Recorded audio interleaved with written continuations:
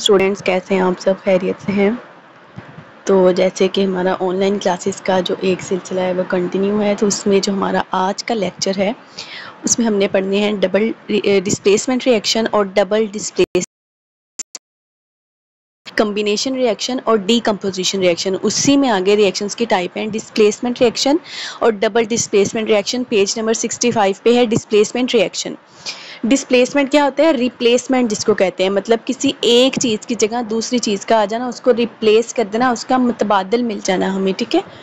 Displacement reactions involve the, इसमें शामिल क्या है? रिप्लेसमेंट, किसी की मतलब जगह बदल देना ऑफ एन एटम, किसी भी एटम की या रेडिकल की, बाय एन अदर, किसी दूसरे एटम और रेडिकल की, इन अ कंपाउंड, पूरे कंपाउंड में एक की किसी एक एलिमेंट एटम या रेडिकल की जगह दूसरा एटम आ जाएगा। द एबिलिटी, ये जो उसकी सलाहियत है ऑफ एन एटम और रेडिकल, किसी भी एटम और रेडिकल की, टू डिस्प्लेस, कि वो जगह ले ले एन अदर, दूसरे की, डिपेंड्स अपॉन, इन्हिसार किस पे है?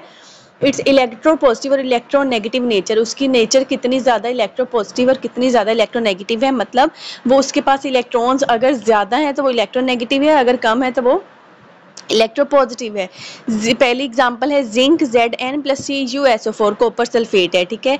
अब इसमें क्या हुआ? दो रिएक्टेंट्स थे, जिंक और CuSO4। इसमें जिंक क्या करेगा? कॉपर को रिप्लेस कर देगा, मतलब जहाँ पे कॉपर है वहाँ खुद लग जाएगा।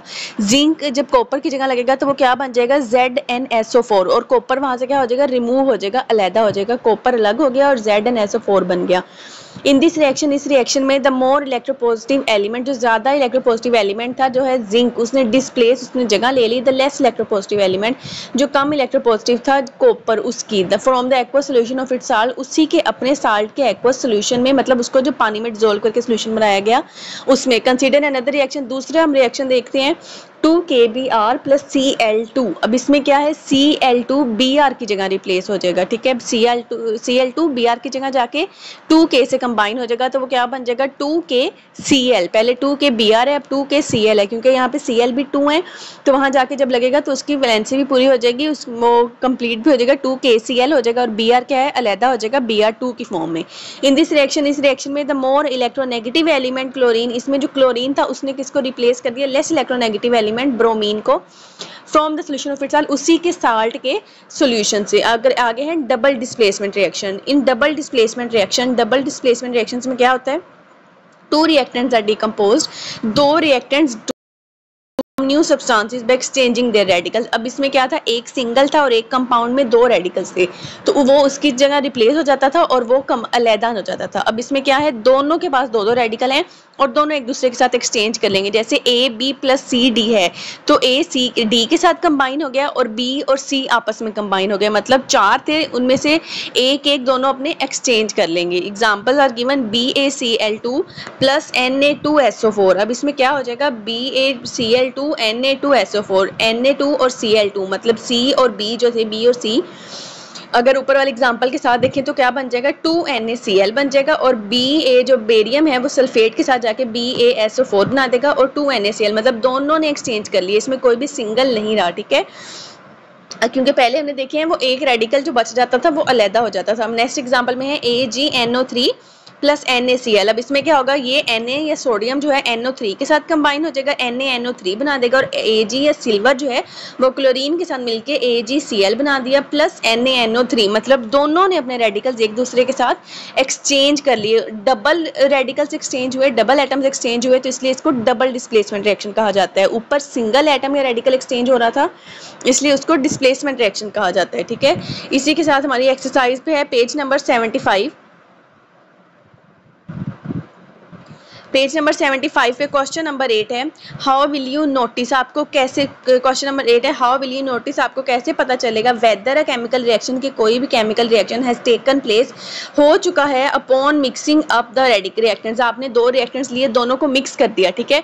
लेकिन आपको ये कैसे पता चलेगा कि जो आपने मिक्स किया है उसके बाद उन दोनों रिएक्टेंट्स का रिएक्शन हुआ भी है या उनका कोई रिएक्शन नहीं हुआ, वो वैसे ही सेपरेट है, ठीक है। अब वो नोट आप कैसे करेंगे, उसमें कौन कौन सी चीज़ें हो सकती हैं, तो इसमें आएगा, पहला है कलर चेंज, हो सकता है जो न्यू कंपाउंड बने उसका कलर चेंज होगा, ठीक है, उन दोनों रिएक्टेंट से जो हमने मिक्स किए हैं। दूसरा है प्रोडक्शन ऑफ ऑडर, ऑडर क्या होता है, खुशबू, कोई एक स्पेसिफिक किस्म की खुशबू या एक स्मेल आपको आएगी।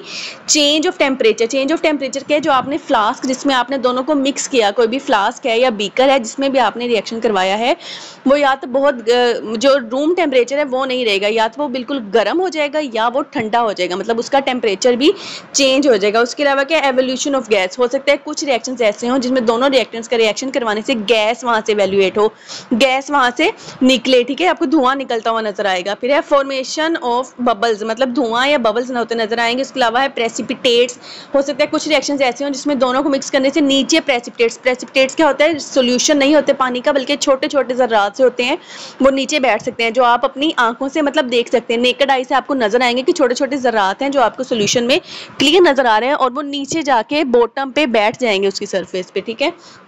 उसके बाद सेकंड है विच मेटल, कौन सी मेटल या धात, when ignited in the presence, जब उसको जलाया जाता है in the presence of air, हवा की मौजूदगी में, गिव्स ऑफ इंटेंस लाइट, तो वो बहुत ज़्यादा रोशनी क्रिएट करती है। जब उसको हवा जहाँ मौजूद है वहाँ उसकी प्रेजेंस में जलाया जाए तो वो रोशनी क्रिएट करती है, तो इसका आंसर है मैग्नीशियम, ठीक है। Magnesium when ignited in the presence of air gives off intense light, ठीक है। इसमें आपका होमवर्क क्या है, क्वेश्चन नंबर 8 का part number 1, how will you notice weather a chemical reaction has taken place by mixing two reactants, ये वाला question, इसका आंसर आपने होमवर्क में करके आना है। और ये दोनों शॉर्ट क्वेश्चन ऊपर जो हमने पढ़े हैं, displacement and double displacement reaction, ये दोनों रिएक्शंस और क्वेश्चन जो हमने आज 2 किए हैं, क्वेश्चन नंबर 8 का पार्ट 1 और 2, ये आपने करके आना है। फी अमानिल्लाह।